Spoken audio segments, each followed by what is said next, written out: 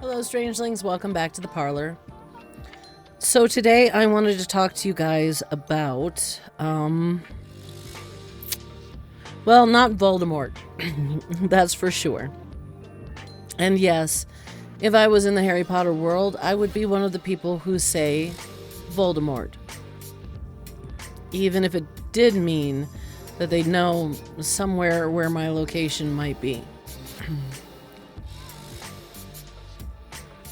So, of course, I'm actually here to talk about Christianity. You see, for a long time, we as humans lived in societies that believed in polytheism. That means having multiple gods. We had multiple greater beings in our existence that kept us safe or healthy or whatever it is that people thought that these gods were doing.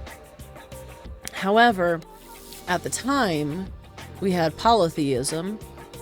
You knew God's name.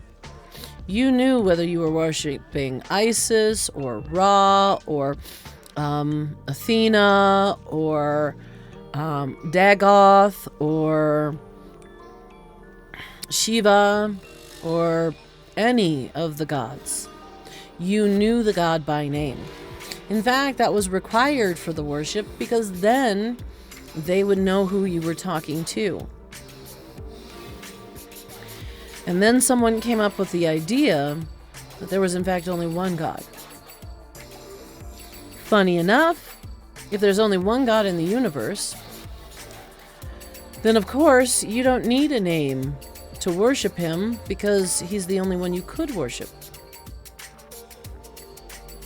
Only this idea really didn't take very well.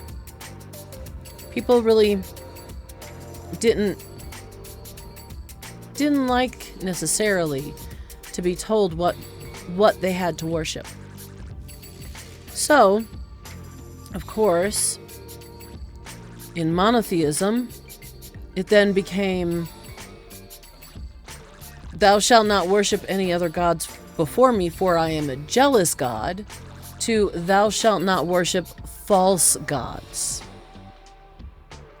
So that she could, whatever it was, could be placed as a singular being with no equals. Now, of course, the universe does not work like that. There is never a singular being with no equals. The reason why equal but different is a thing is because nature finds a way to make two seemingly unequal things into something of equal value. It does it all the time. That's why the males of most species are so very pretty in their plumage and such, while the females are dull. They even each other out. Also why males tend to have certain types of things that they do, as opposed to females, certain types of things that they do, which might not be the same at all, but they are two things that even out and balance how society actually works in that particular species. Humans, of course, well, humans have a genetic malady, insanity that keeps us from realizing that empathy is important and that you don't have to be the same to be of equal value.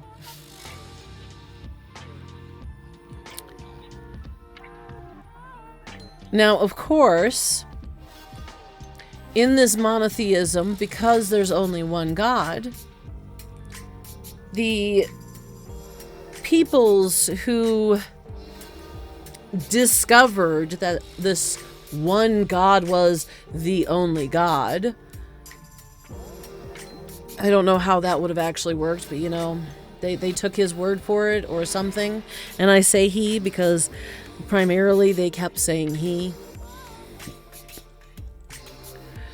They decided, since he is a singular deity, that, of course, saying his name is only for the very, very, very privileged, extremely few. Now, what does that mean?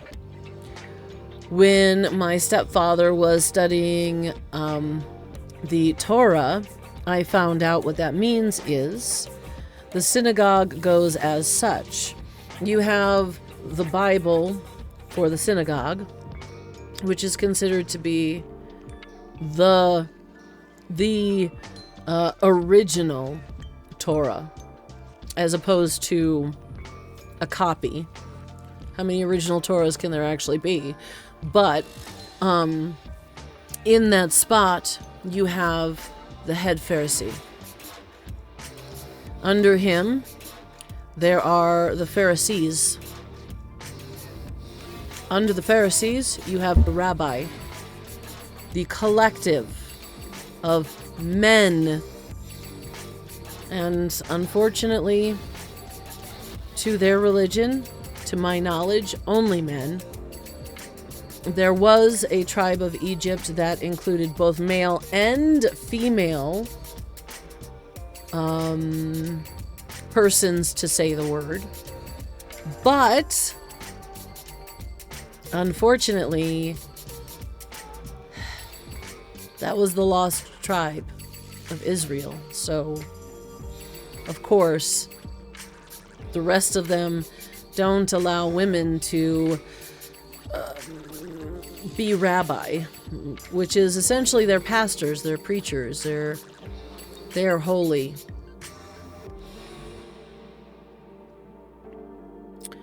And then, of course, under the rabbi, where all of the rabbi are allowed to go to, there are the synagogue itself. Now, in the synagogue, you have the rabbi at the center. And then around the rabbi, you have the men. And then around the men, you have the women and children. Now, of course, these are not bullseyes for target practice. This is not a way to figure out how to assassinate them. Of course not. This is what I would call lineage of teaching. This is how the word is supposed to be handed down from the head Pharisees, who supposedly is the only one who gets the ear of God, to the lower Pharisee, to the rabbi, to the men, to the women and children. Now, of course, if any of those men have any ill aims with their teaching their women and children, they think God will sort them out, I guess. I don't know what else to say about it, because they don't really have much idea that bad actors could destroy the entirety of this world, as it has already done. I mean, in both their world and the Christian world too. Now, in this way, the Pharisees, the head Pharisee, passed down that the name of God should not be spoken by anyone but the holiest of holies. Well, that's an interestingly strange requirement to believe in a God. You cannot speak my name unless I have appointed specifically you and only you to be able to know my name. Some people would say the middleman idea, it was just to protect God. But what would God need protection from if he is omnipotent, omniscient, and omnipresent? He's there everywhere. He knows everything, and he has every ability and power imaginable. He can make anything happen. He can make people disappear. Why would such a deity fear such lesser creatures' ability to speak his name? Of course, the first reason is control. How can you control a people if they know how to stop you? If they know your name, they know the first step to getting you to stop. Because at the very least, they know how to find you. I know that sounded weird, but that's how I meant it. And of course, admittedly, I personally am having a hell of a lot of trouble finding my own great-grandmother, but then again, my great-grandmother was a Bohemian gypsy. It's possible that either her name was miswritten or purposefully obfuscated. It's hard to tell. Gypsies, we've been treated to quite a lot of strange bigotries and weird rules that we have to follow, but no one else has to worry about. Things like the knowledge that I am technically an illegal citizen because I refuse to denounce being a Bohemian gypsy. Well, it's kind of like that. If you cannot look into the sky and say, these are who my prayers are going to, Yahweh, listen to me, this is what I need your help to get it. How are you going to prove that that is who you are talking to? And if there are other creatures in the universe that humans would think of as gods, therefore consider gods and be false gods, then there would still be required need, if they can hear us, to signify who it is that we would be talking to.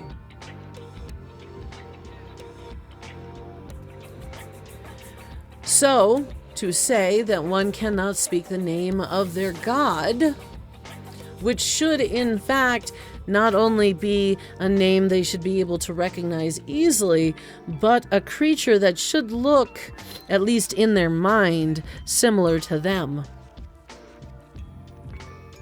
That's what bigotry tends to stem from, is in our early development, we see God as us. Therefore, those who do not look like us are not of God. It's just growing past this that we realize that bigotry, especially over things that people can't control, is some of the most ridiculous, absolute nonsense. The second reason is because if they told you the name of their one God, as you age and learn in life, and as you grow in wisdom, you would begin to understand what their one God really truly is. You see, the one God, the first one God, the original one God of this planet, his name, as I have stated many times, because I have no issue with their real names. I have no issue saying Yeshua, and I have no issue saying Yahweh. I even add the H in there, the way it's supposed to be. Why can I confidently say that you will know what God is once you know his name? Once you use his name regularly? The story of God's coming to be is this. Kind of similar to the Roman creation story, where Rome came way later in history than Greece or Egypt or even Mesopotamia. Rome, you see, was started directly after the Greek-Trojan War. I don't know if they had an actual name for it. I'm sure they didn't, because they used to just call it war back then. They didn't really denote what it should be for historians to learn. And in the Greek-Trojan War, we know the outcome. The whole Trojan horse story comes from that war. That whole Trojan horse story is the real history of the end of the Trojan War. Now, of course, not all of the soldiers from Troy had actually died in the Trojan War.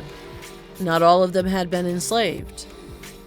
There were a band of soldiers that decided to run. They didn't want to deal with Troy being taken over by the Greeks or whatever was going to happen. They decided they were going to make their own empire, a new empire, a greater empire. They were going to call it Rome.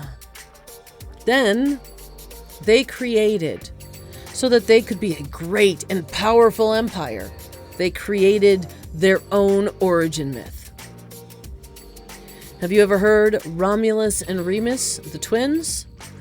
Have you ever heard of the Wolf Mother?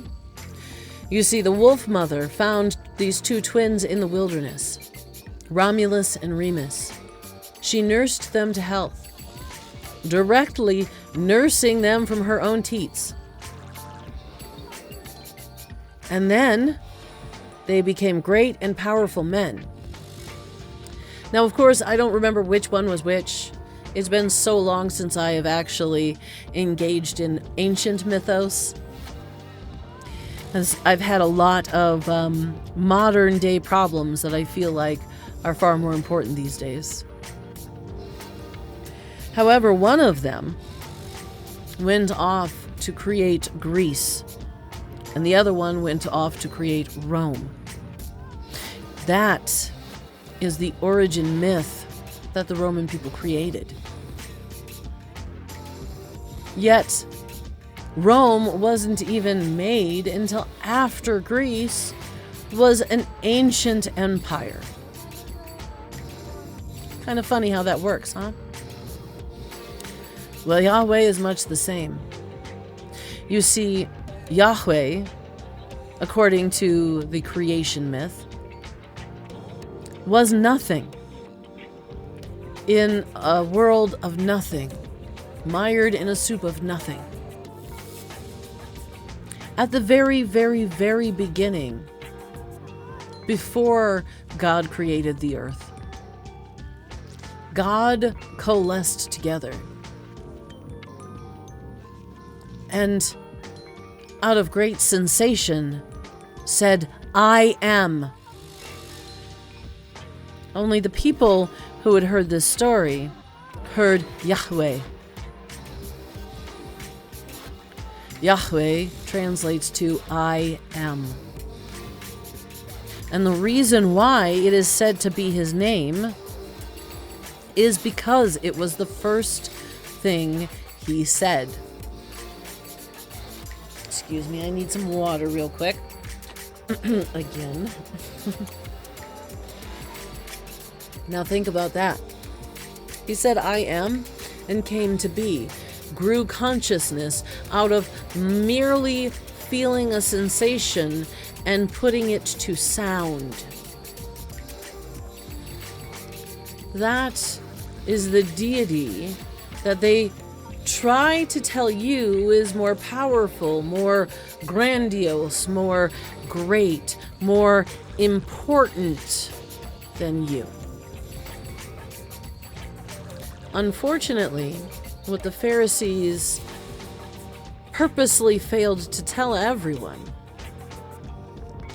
is that Yahweh is not a real being, but more an expression of the hierarchy they believe that they had deserved at the time, especially considering that they came from a people who had been put through the ringers of hell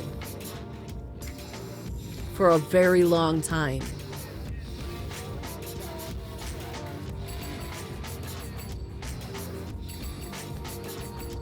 They were some of the earliest people to survive the genocide attempts of others. Some of the earliest, mainly because most of the rest of the attempts didn't fail. And they thought that they had every reason to have just as much, including royalty, as everyone else. However, the only way for it to work for them would have been in a hierarchy ending in a pyramid-like point. You see, Yahweh is not only proof that we are all individually gods in our own right, especially women who produce out of a small DNA sample, and some of us don't even need a DNA sample from others to do it. Produce then offspring to continue the works we try to do in the world.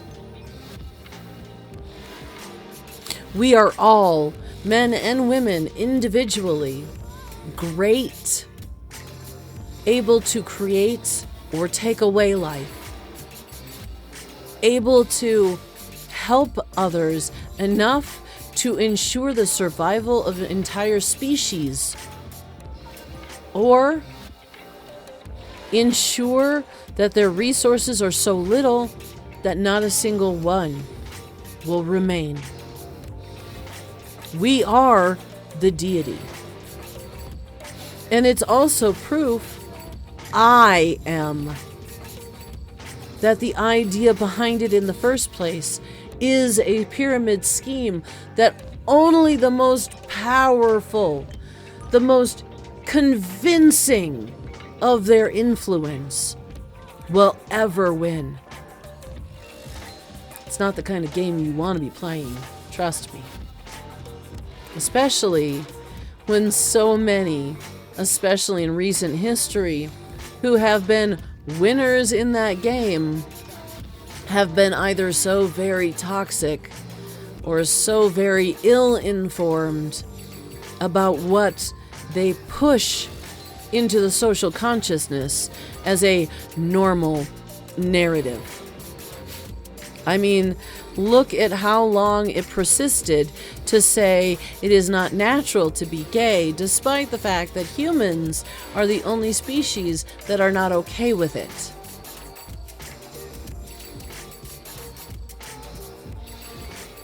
And not even most of us. Okay, like maybe a quarter of us. Maybe. The rest of us just wish you'd let everybody be who they want to be and stop dictating who you think they should be with laws so that they can actually be punished, especially monetarily, for their deviant behavior. The reason why we call the Christian and Jewish the Abrahamic God, the reason why we call him God or Jehovah or oh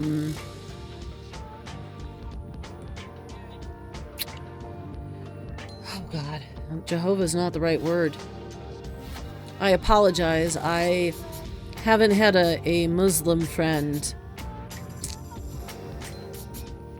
for 2 decades, so I've forgotten the word that they call God, because it is the same God. They are the 3rd chapter of the Abrahamic God's story.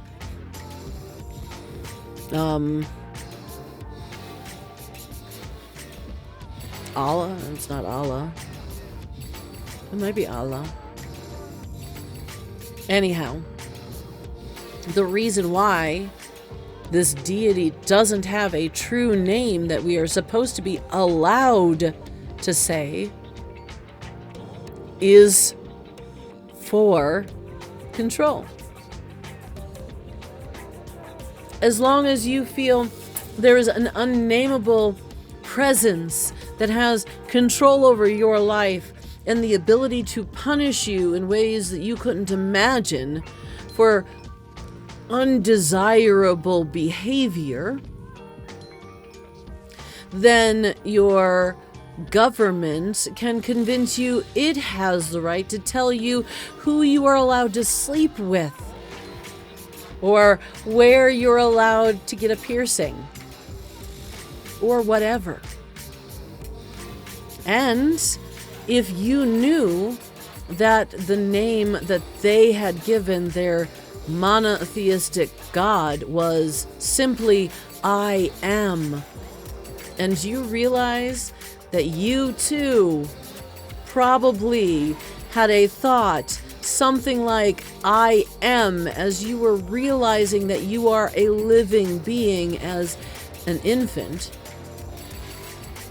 then you are going to be more likely to realize that you might in fact also be God.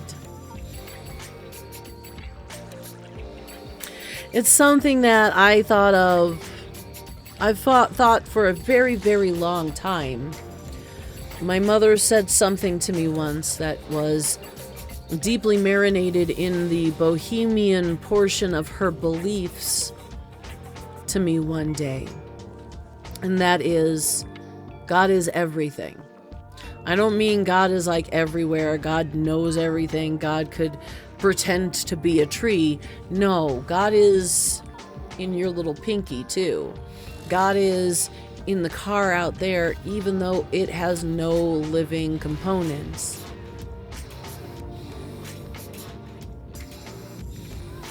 The idea of separating you from your deity so hard is, if you are so separate from your deity, you don't have the power. First of all, you don't have the power to control your own life, because if you can't talk to your God and get things you need done in your life, then who's going to be able to do that for you? Of course, you have to go to your pastor to ask your pastor to talk to God, to ask your pastor why God won't listen, right?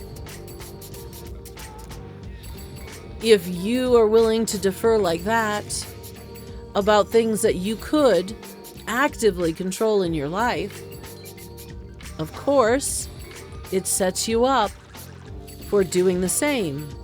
Only this time, without having an unfallible, all-knowing, all-powerful, all-present God, you'll be able to do it as well with this still just as fallible as you human being, because somehow they've proven through the fact that they have power through their family that they deserve the power, despite never actually showing that they deserve to be able to wield power.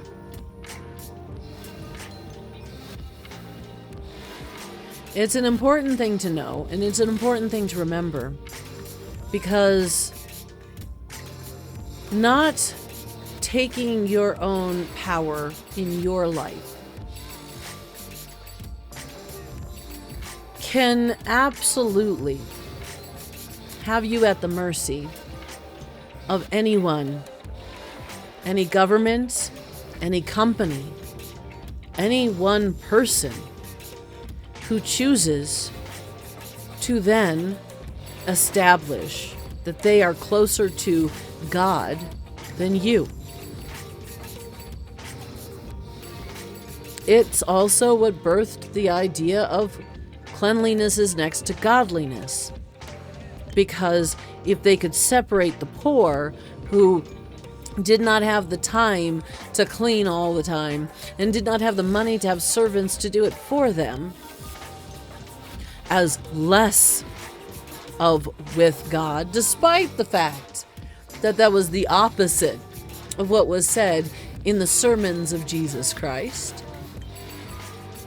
The meek shall inherit the earth and such. It's easier for a rich man to pass through the eye of a needle than to enter the house of God. I should say enter the gates of heaven, but I think it was the house of God actually originally, if I remember rightly. Could be wrong. Could be wrong. So, remember, it's time to take back your power. It's time to realize that God's name is I am. I am. It's time to remember that that police officer is getting paid from you. You're paying his paycheck with your tax dollars.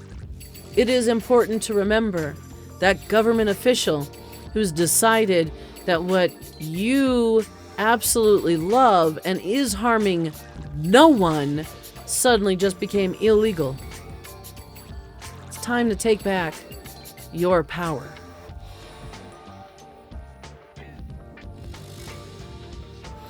Alright guys, I'm gonna go ahead and get out of here. That was a, little bit of an interesting ramble, but it was hopefully a little informative. Hopefully a little helpful for at least some of you. Because that name power, first off, isn't just name power. It's an extension of a completely different monster. But it also